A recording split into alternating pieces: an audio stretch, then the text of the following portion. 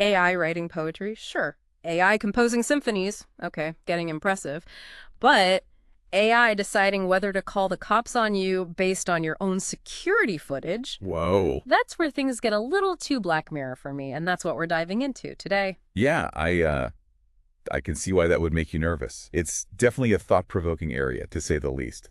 The use of AI in home security systems, especially with these large language models, it's evolving so quickly. And yeah, it's raising some important questions about how these systems make decisions, how they come to their conclusions. And just to be clear to everyone listening, this isn't some like far off sci-fi No. scenario. We're talking about real research, real data, real AI actually being used to analyze footage from those doorbell cameras that so many people have nowadays. We're talking about that September 19th article from MIT News. Study.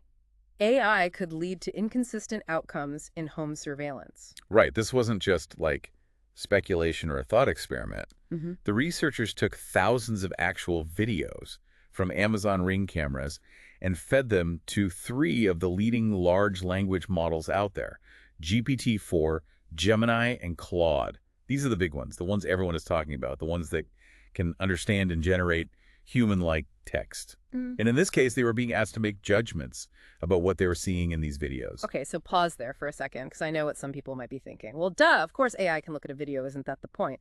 But it gets a lot more nuanced than that, That right? says, yeah, They weren't just seeing if the AI could see what was happening. exactly.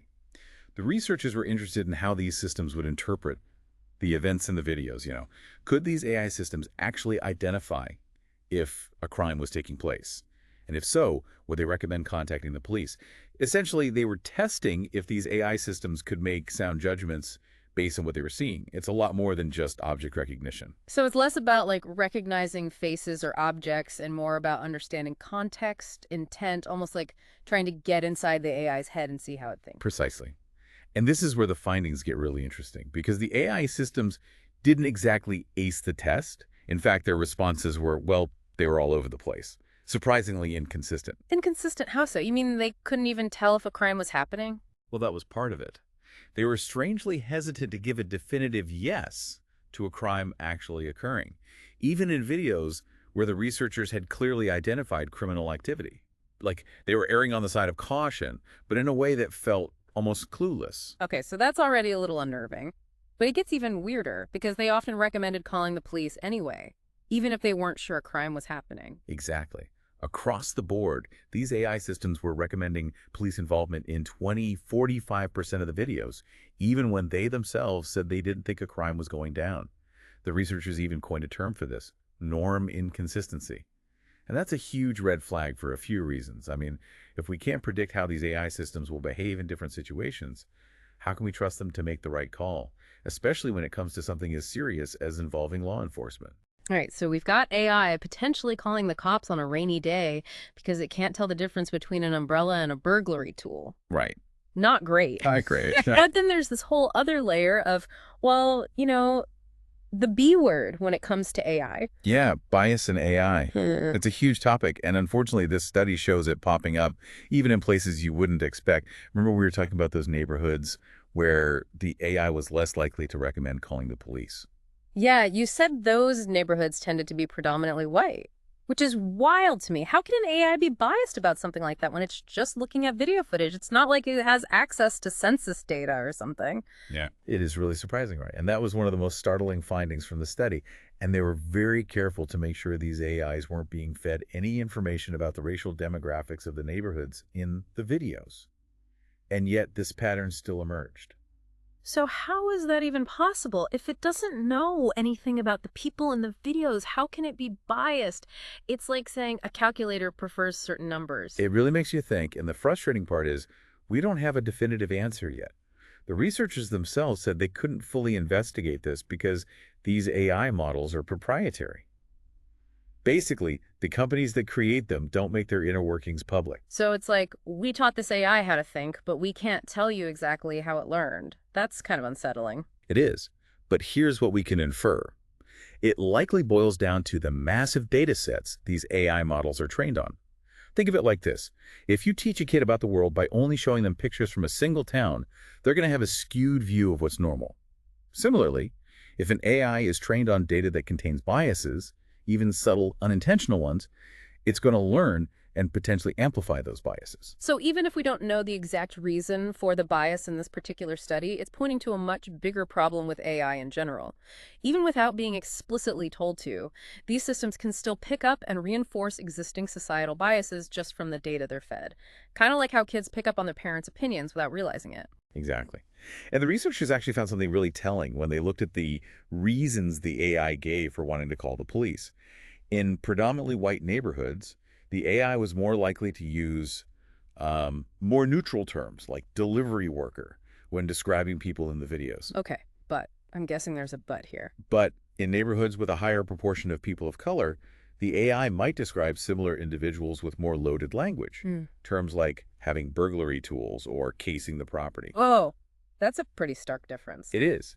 And it suggests that the AI has, on some level, absorbed these harmful stereotypes about who belongs where and what constitutes suspicious behavior simply based on the data it was trained on. You know, we hear so much about facial recognition software and AI having trouble with accurately identifying people with darker skin tones.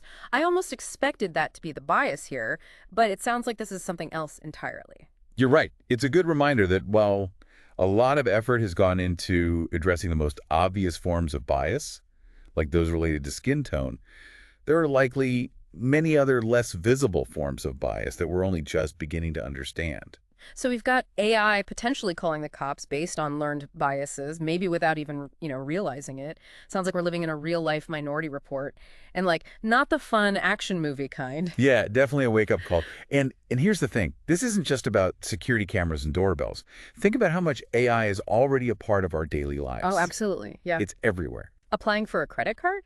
AI could be deciding if you're a risky borrower. Upload your resume online. An algorithm might be screening you out before a human even sees your qualifications. It's actually kind of alarming when you start listing it all out, you know? It's like, oh. Exactly. And if these systems are capable of absorbing and perpetuating biases, even without like being explicitly programmed to do so, it raises huge questions about fairness, accountability. Are we essentially baking in existing societal prejudices into these systems that are making decisions that have real-world consequences for people's lives? Right. It makes you wonder if these biases are so deeply ingrained that even the experts are sometimes surprised by them. How can we even begin to address the problem? It feels like, I don't know, trying to untangle a giant knot in the dark. It's a huge challenge. But there are a few key things that need to happen. For one, there needs to be much more transparency in AI development. Right now, these systems are often treated as these black boxes. You get an output, but you don't really know what went on inside to get there. We need to be able to understand how they're making decisions so we can identify and correct for biases. Kind of like making sure the AI shows its work, not just giving us the final answer. Exactly.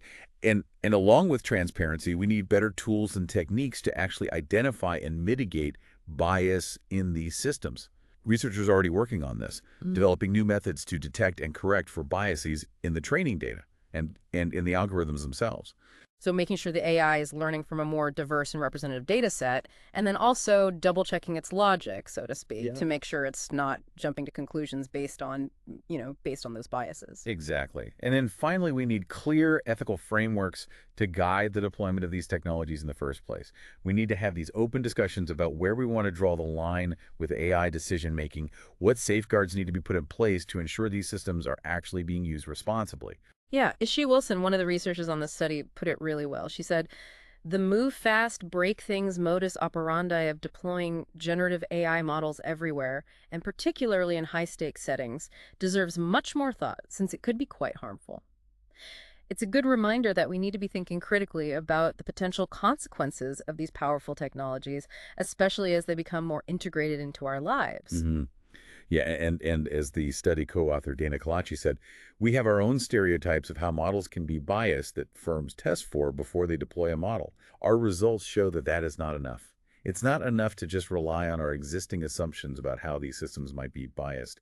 We need to be constantly questioning, testing, and refining these systems to make sure they're truly fair and equitable. Well said. So the next time you see a headline about the latest AI breakthrough, take a moment to consider, what are the potential downsides? Where might those biases be lurking?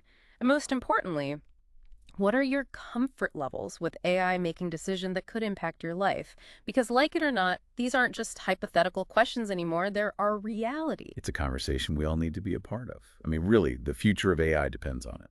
That's a wrap on this deep dive into the world of AI surveillance. Thanks for joining us, and until next time, keep asking those tough questions.